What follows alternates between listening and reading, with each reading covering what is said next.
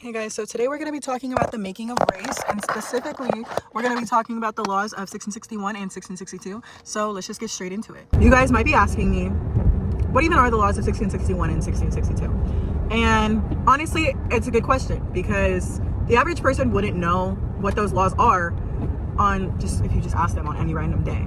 And that needs to be changed. So that's why I'm here to inform you about what they are and what their impact was. So what are they? The law of 1661, to put it simply, was if a white indentured servant is to run away with a black slave, and if the white indentured servant is the only one to get caught, or say multiple white indentured servants are the only ones to get caught between the two races, then that white indentured servant is going to get the black slave's time on top of their contract time. So basically, if a white slave was to run away with a black slave, and say only the white slave got caught, and the black slave had 4 years of his contract left, and the white slave only has 2 years of his contract left, the white slave now has 6 years of his contract. So basically, he's just getting added time and added punishment. But it's only if the white one was to get caught. They didn't specify if a black slave was to get caught running away with a white slave. They didn't specify a punishment for them. So keep that in mind. Now, what's the law of 1662? So the law of 1662 is basically if a white landowner is to sexually assault a black slave, and if that sexual assault results in pregnancy, the law basically says that if that child does not get any of their father's wealth, so they don't get any money, they don't get any land, they don't get any status, nothing. Basically, if that child is born, that child is a slave. And yeah, basically, so it just kind of, secured status for landowners to make sure that they didn't have to bring anybody up who they didn't want to bring up in status. You know what I mean? So now we're going to talk about why they were created specifically.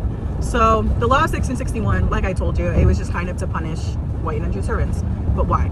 So the reason that they wanted to specifically punish white indentured servants for working with black slaves, it was to kind of start a bridge between white and black when it came to that, because everything was about status. Everything was about class. So it was, if you were a landowner, you were up here. If you were an indentured servant or a slave, you were down here.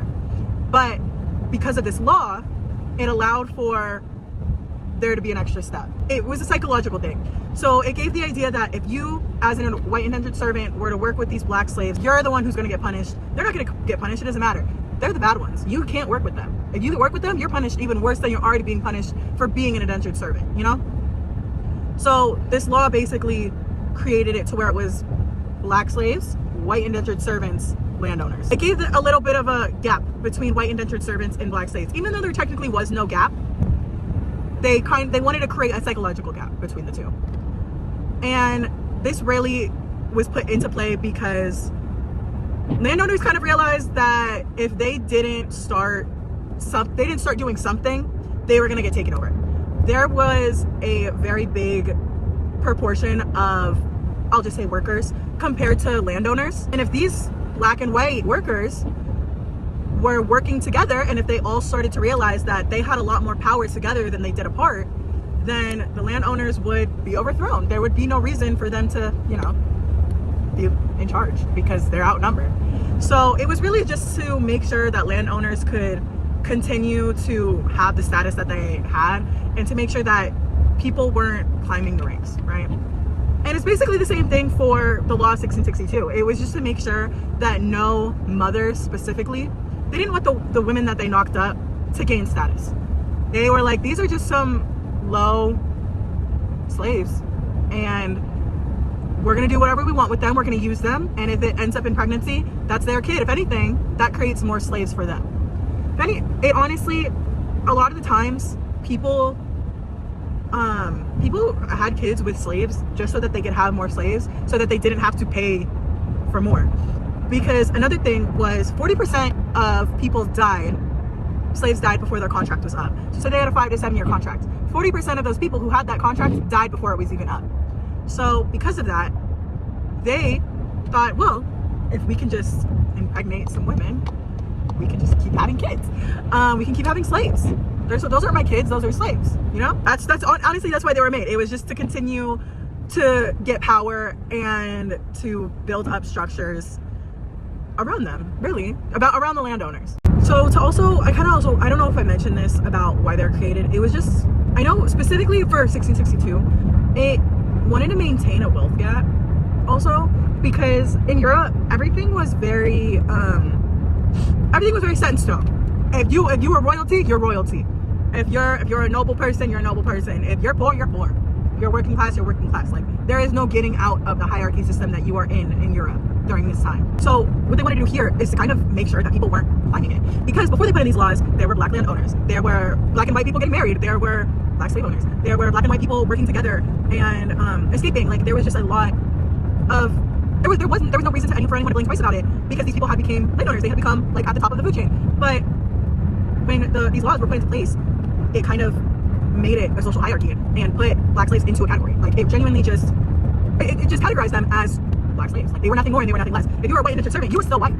At least you had that. You're white. You might still be working. You might still be dying in the fields, but you're white. Hey, got that privilege in you. That's basically what it was. It gave them that little heads up that we still see today. That white privilege that we still see today.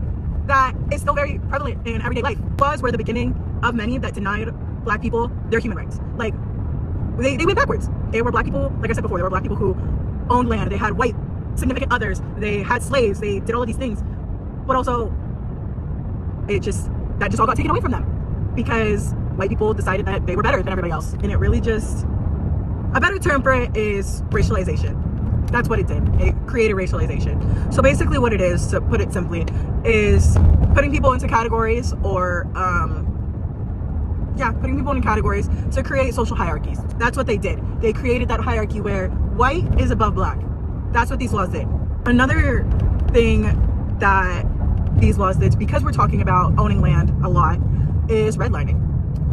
Redlining basically was where they separated neighborhoods and, well, cities into separate neighborhoods, so that certain areas would stay wealthy and certain areas would stay poor. And you can see that even today, and it's because of redlining, and it's because, like I said before, the wealthy want to stay wealthy and they want to keep their status. It really just caused so many like economic disparities within the black community and within people of like the POC community in general, because so many people are just being technical difficulties. So many people are like being discriminated against for their skin color, for their name, and for an accent, like for their gender, for their pronouns, for just anything. And this was the beginning of it. It was telling black people, hey, no, you can't have this stuff. This is for us. You had it for a little bit, but we decided that you're not worth having it. You don't get it. You don't deserve it.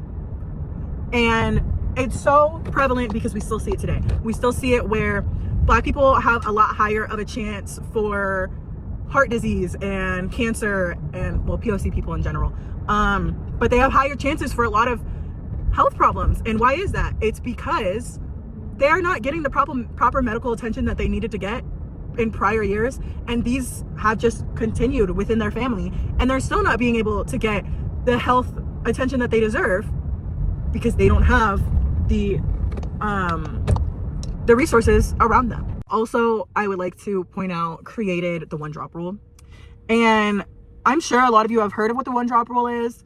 But for those of you who don't know what the one drop rule is, it's basically if you got one drop of anything that is not white DNA in you, you're not white. You're whatever that is. So because I'm white and Mexican, to them, I'm just Mexican. I'm not white. I'm just Mexican because I have Mexican in me, right? So if, say, this person is 95% white and 5% black, if they just look a tiny, tiny bit black, and if anybody finds out that they are that tiny, tiny percent black, they're black. And they're going to be a slave, and they're no longer going to be getting anything that they had gotten previously because people thought that they were white. That's what it is.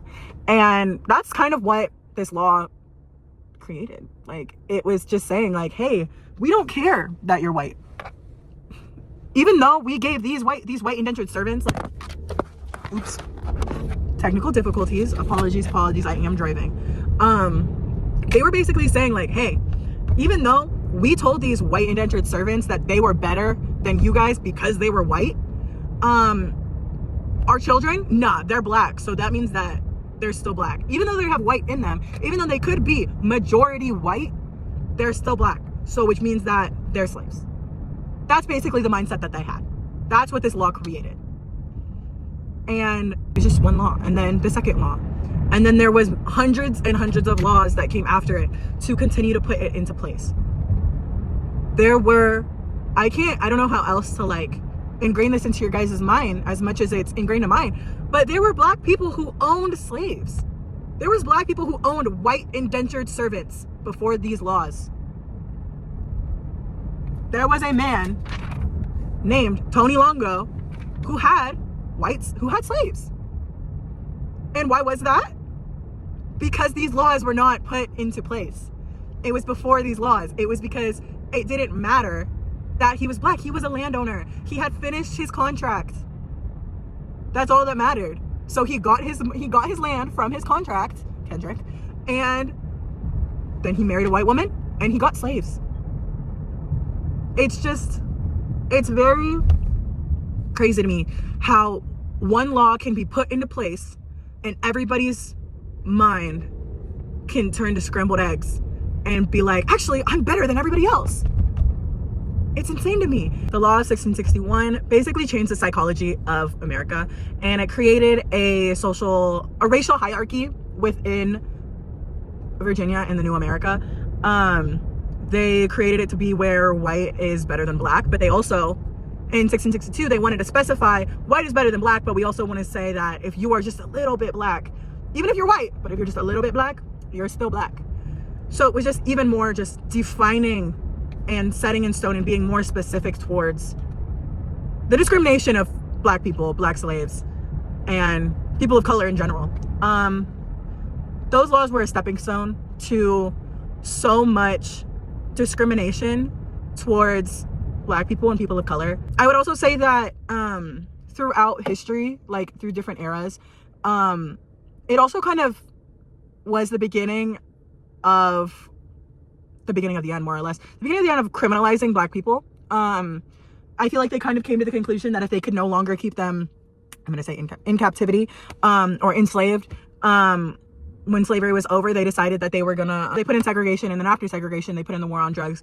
And it was just all to criminalize and keep black people from being free.